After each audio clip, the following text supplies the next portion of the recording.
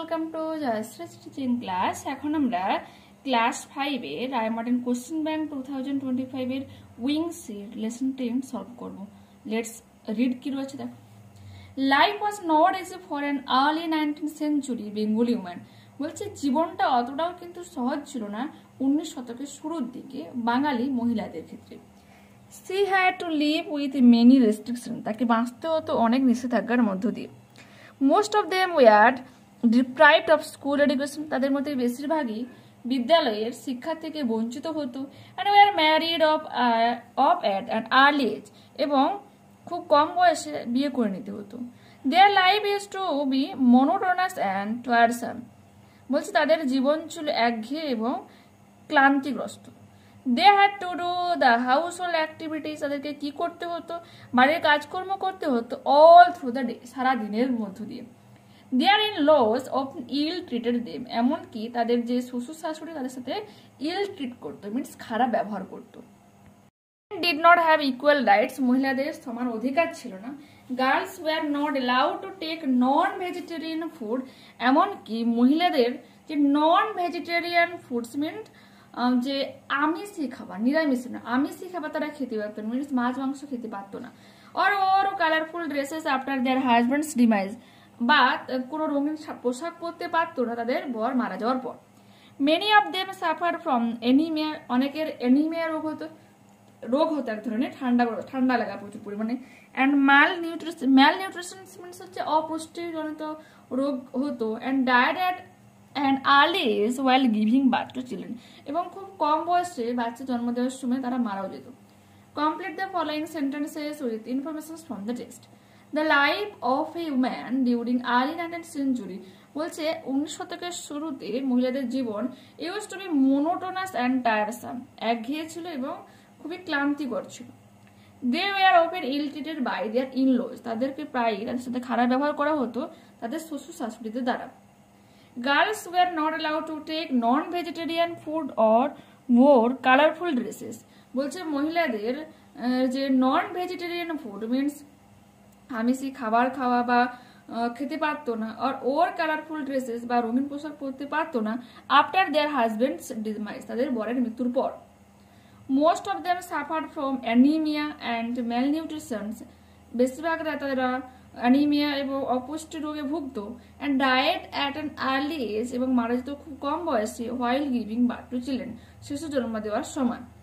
Most of them were deprived, বেশিরভাগ তারা বঞ্চিত ছিল অফ স্কুল এডুকেশন, বিদ্যালয়ের শিক্ষা থেকে। And were married off an early age, এবং খুব কম বয়সে তাদের বিয়ে দিয়ে দেওয়া হতো। Self check.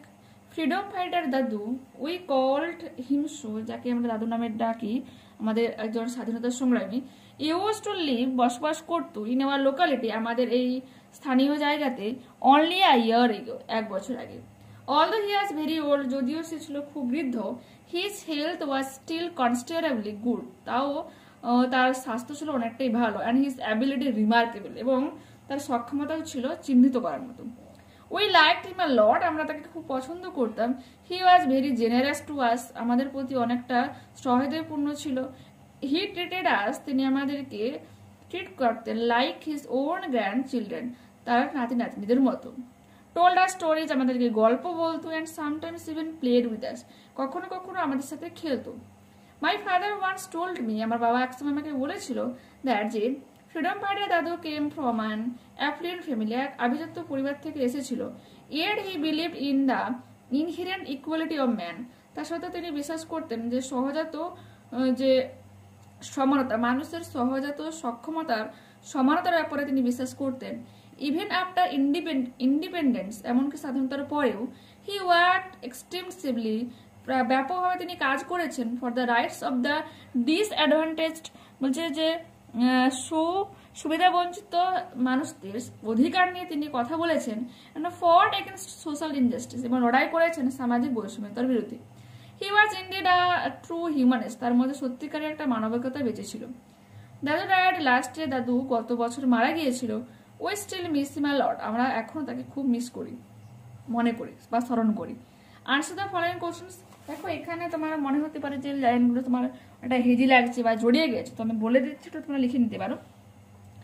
The narrator and his friends, এই যে রয়েছে দ্বারা ক্যাপিটাল করবে।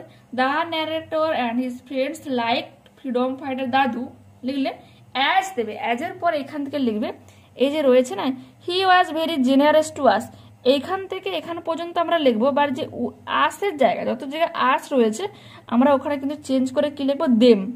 কি লিখবো, চেঞ্জ করে দেম কথাটা লিখবো।